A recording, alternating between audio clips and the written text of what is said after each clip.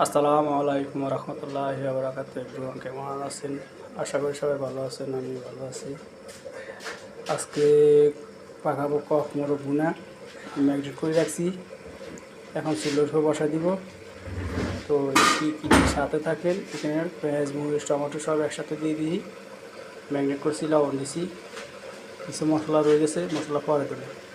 দেখতে থাকেন, সাথে থাকেন। আর কর্ম বেগুন ভর্তা, এই বেগুন কাটে নিছি, এটাতে ফ্রাই করবো, সাথে একটা রসুন, দুটা পেঁয়াজ, কাঁচামরিচ, এগুলা ব্যান্ডা আছে, ব্যান্ডা করবো, ওইটা ভর্তা করবো। তো কী করি দেখতে থাকে। এই বেগুন খোলা দিতে আসি, তারপরে ব্যান্ডা করবো, এটারও বেগুনের ব্যান্ডা করুন। আর মাংসগুলো এখনও হয় নাই, আর একটু কষাইতে হবে, কেবল বলক দিছে। সাথে থাকেন, দেখতে থাকেন। আপনারা প্রথম ভালো করে মাংসটা কষানি নেবেন আমার মতো করে, খাইতে সুস্বাদু পাবেন।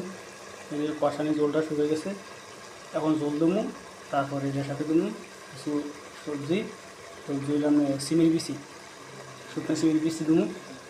তো সাথে থাকেন। তো এখন সিমের বিচিগুলো দিয়ে দিছি, এটাকে 5 মিনিট ভালো করে কষাবো, তারপরে গরম পানি দেবো। তো জলটা দিয়ে দিছি, এখন ঢাকনা দিয়ে দেবো।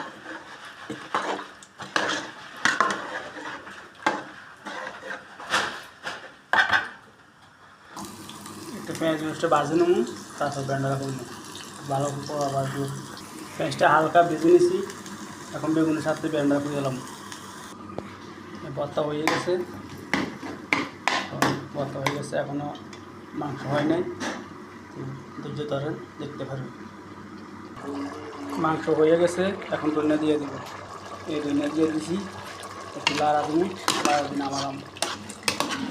তো এই কিন্তু ভিডিও ভালো থাকুন, সুস্থ থাকুন, আল্লাহ হাফেজ। সাথে থাকার জন্য ধন্যবাদ। আসসালামু আলাইকুম রহমতুল্লাহি ওয়া বারাকাতুহু।